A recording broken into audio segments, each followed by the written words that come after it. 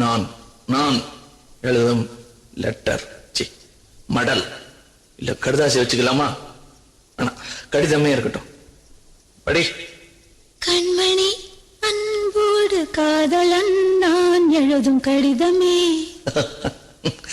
பாட்டாவே படிச்சிட்டியா? அப்ப நானும் முதல்ல கண்மணி சொன்னல, இங்க பொன்மணி போட்டுக்க. பொன்மணி, உன் வீட்டுல சௌக்கியமா? நான் இங்க சௌக்கியம்.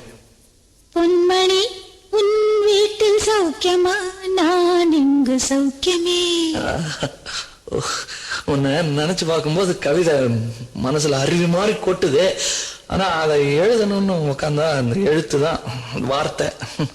உன்னை எண்ணி பார்க்கையில் கவிதை கொட்டுது, அதான் அதை எழுத நினைக்கையில் வார்த்தை முட்டுது. அதேதான் பிரமாதம். கவிதை கவிதை படி. கண்மணி அன்போடு காதலன் நான் எழுதும் கடிதமே. பொன்மணி, உன் வீட்டில் சௌக்கியமா? நான் இங்கு சௌக்கியமே.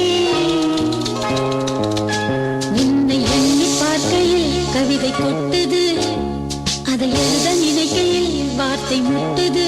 ஓஹோ, கண்மணி அன்போடு காதலன் நான் எழுதும் கடிதமே. பொன்மணி, உன் வீட்டில் சௌக்கியமா? நான் இங்கு சௌக்கியமே.